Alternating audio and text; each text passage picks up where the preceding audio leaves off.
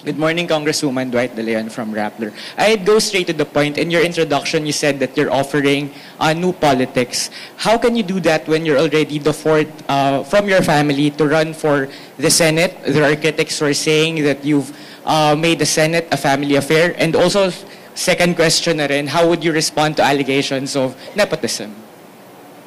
Actually, I think that is a very good question. I think what's very important here is that, to remember here is that we were all elected officials. My father, my mother, and my brother. And nagpapasalamat po kami ng taus-puso sa ating mga kababayan sa patuloy nilang pagsuporta at pagbibigay ng tiwala sa aming pamilya Villar. Talagang ang gusto lang po namin ay makatulong sa nakakarami. Bata pa po ako, palagi na pong sinishare sa akin ng aking mga magulang ang mga pangarap nila, hindi lang para sa aming buhay.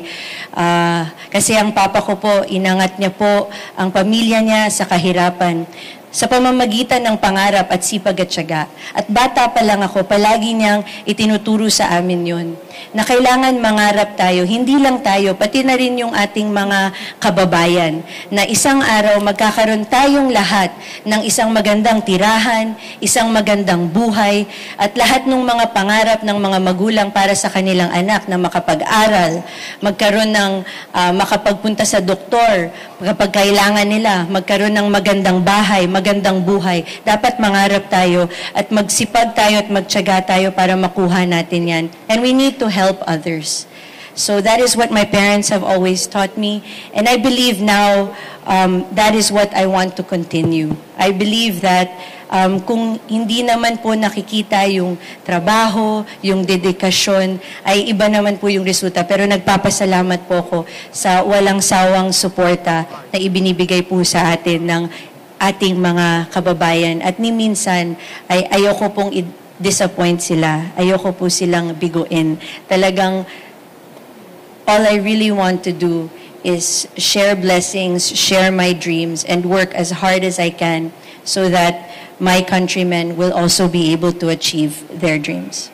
Follow up to that question? Just one more question. Kanina po, you were already on the other side of the room when some of the Makabayan candidates were speaking and they were criticizing your mom, si Senator Cynthia, for her supposed failures daw in addressing the needs of the sector as agriculture chairperson in the Senate. I would just like to get your reaction, ma'am. I believe that everyone po is entitled to their own opinions. But I also know that my mother, Senator Cynthia Villar, is very passionate about the agricultural sector. And her real aim and motivation is to truly help our farmers have their own land and help them improve their lives. And to the best of her ability, she has done that.